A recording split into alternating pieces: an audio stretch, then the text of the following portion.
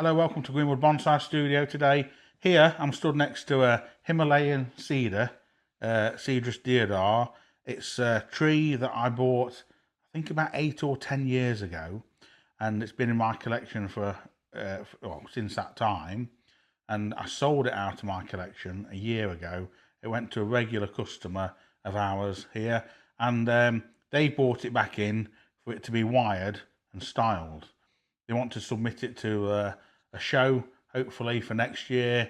So it's here before it goes to the show for it to be prepared, so it's well presented in a few months' time. So this particular tree, like I say, about 8 or 10 years ago I bought it. Here's a photograph of when I first bought it. It was quite shaggy and unkempt, and it was in a tiny oval pot. And when I look back at the photograph, I can't believe it was ever in a pot that small. So the first job was I took it out of that pot and I put it into a larger pot, and I did an initial styling of it. So you can see here in the photograph, it's been initially styled, but it's still a little bit sparse on the branches. And then over these next few photographs, you can see it just developing over more recent years. It's probably due for a repot in about a year and a half's time. But like I say, it's been quite well trimmed by the new owner that's had it.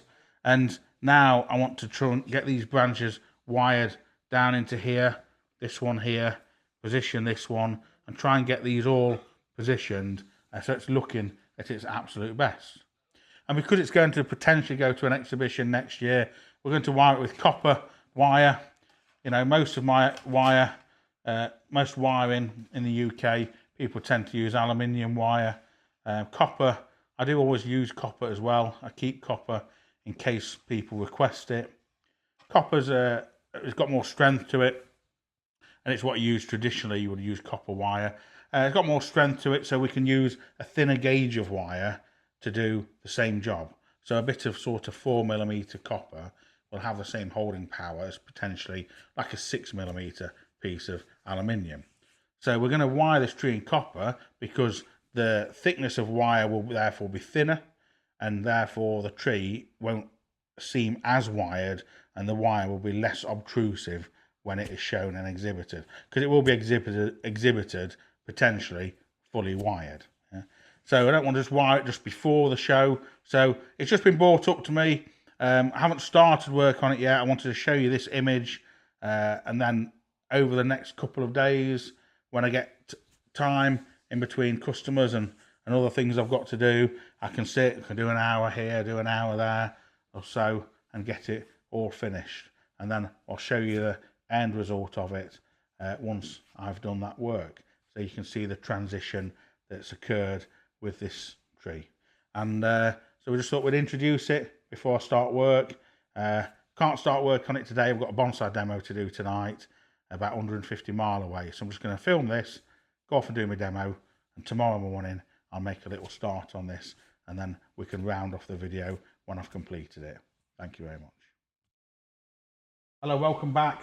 I've been working on this cedar in between customers and bits and bobs the last week or two, and we said on the first part of the video, this is being wired with copper wire prior to exhibition, and it's less obtrusive than wiring with aluminium. Done all these lower sections up to here, got up to about here. So I'm now working on this foliage pad here. And when you're working on a tree like this, it's about trying to get it in shape, tidy, trimmed, position all the twigs and the branches, and get some consistency to it as well.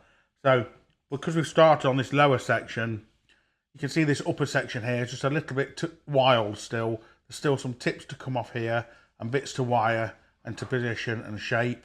The only bit I've not managed to wire on this, I've got away without wiring, this section here, this foliage pad, this hasn't got any, actually hasn't got any wire on it, because it sits so nicely there that wiring this bit, there wouldn't really be any improvement.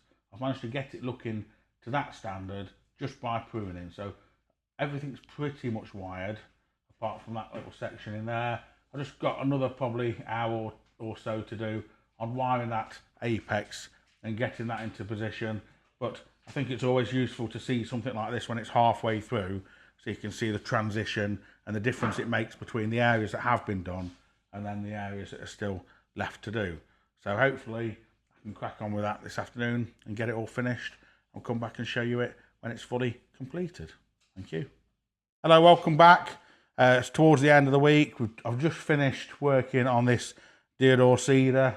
It's been completely wired with copper wire, as I mentioned before. Quite happy with the way it's come out. Early on in the video, we just showed you a little photograph of it when I bought it, and we've just been reviewing that. And that photograph of when I bought it was actually 10 years ago, almost to the day. So this was in my collection for a number of years. It's now been purchased by one of our good customers, and it's been a pleasure to have it back in the studio this week. We've got some miserable, wet, horrible, rainy weather, and it's been quite nice to sit in here with the log burner going and just be sort of tucked out of the way, get some wiring done and get it back into shape, and hopefully it can get out and about to some shows next year.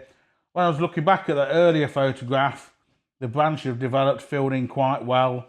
Also, in the last 10 years, this bark has started to crack quite nice. You do get quite aged bark on a cedar, and this is just going to get better and better over the next few years. It was quite smooth 10 years ago. Now it's starting to crack, and we're getting all texture and detail in it, which is quite nice. A couple of weeks' time, we're ready for Christmas. We'll be busy the next few weeks in the run up to Christmas. If you're looking for a little Christmas gift idea, if you want to sit around drinking at Christmas, look, loads of people have asked us for Greenwood mugs. So we've had some nice sea green Greenwood mugs made. And for those of you that are a bit posh, there's a posh version with a little cork base. So we try to encourage people to drink as much as they like over the Christmas break. So get yourself a Christmas mug, settle down in front of the fire and enjoy your trees over the Christmas season. And I'll leave you with a photograph of this tree before 10 years ago and just now, so you can see and ponder its development over that decade. Thank you very much.